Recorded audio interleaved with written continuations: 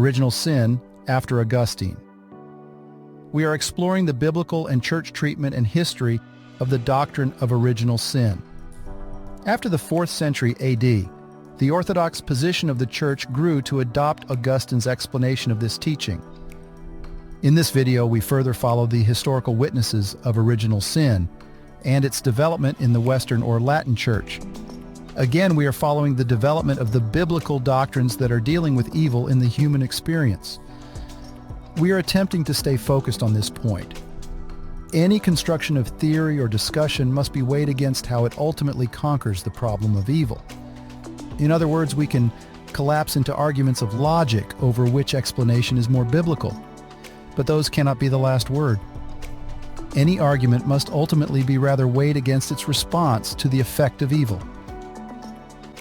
After the 4th century AD, the Orthodox position of the Church grew to adopt Augustine's explanation of this teaching.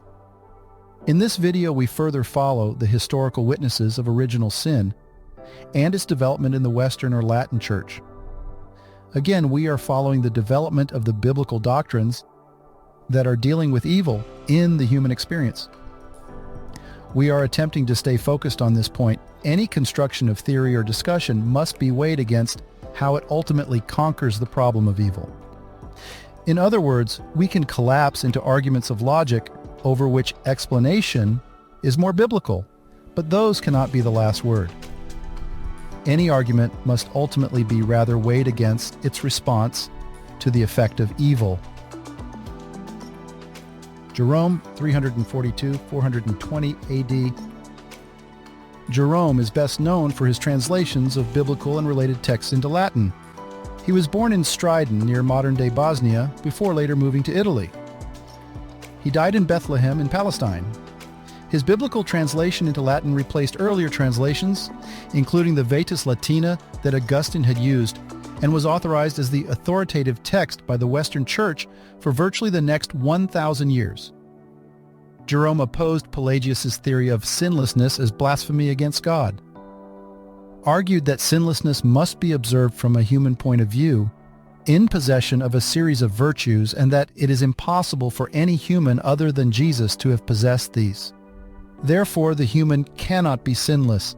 In Book 3, however, Jerome now argues that the human may be sinless for a time, but only for a time, and inevitably his free will falter and he will sin again. Here he created a kind of synchronism between Pelagius and Augustine.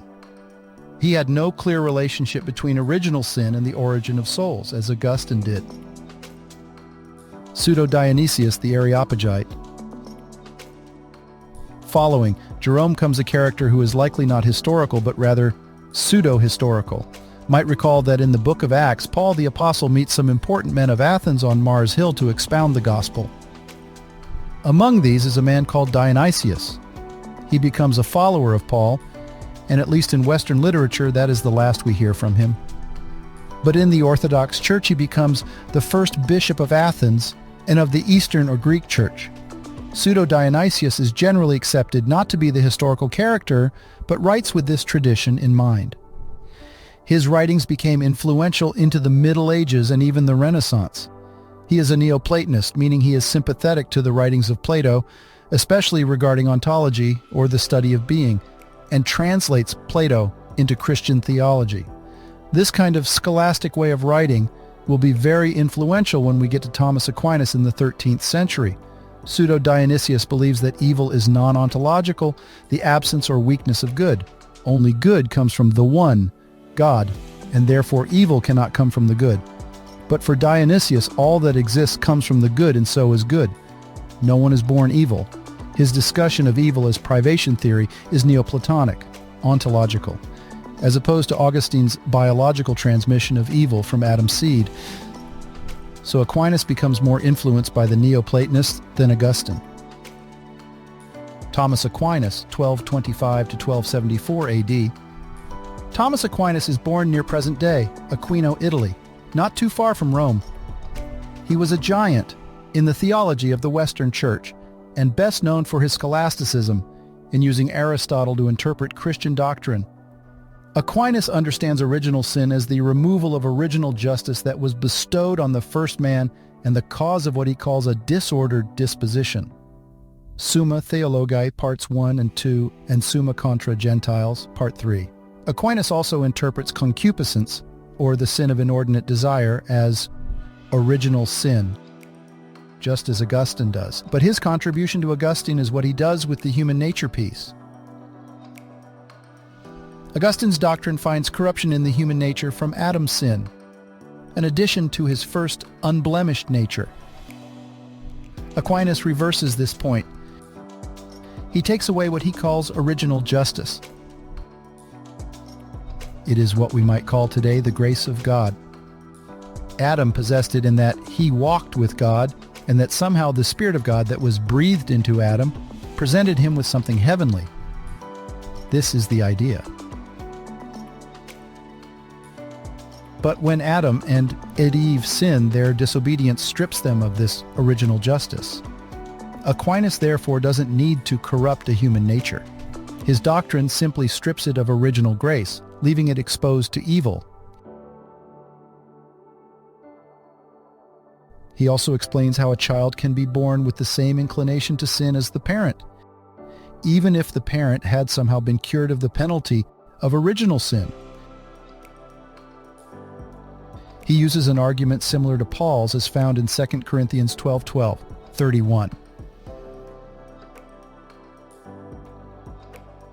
So again, Aquinas restates Augustine's doctrine, but using Greek philosophy to expand it. Aquinas doesn't need, therefore, biological transfer of a spiritual nature. Rather, he uses the biblical metaphor of the parts of the body as the individual members of the human race. We are affected because we are of the human race, and it is the nature of the species to be by nature the children of wrath. Martin Luther, 1483 to 1546.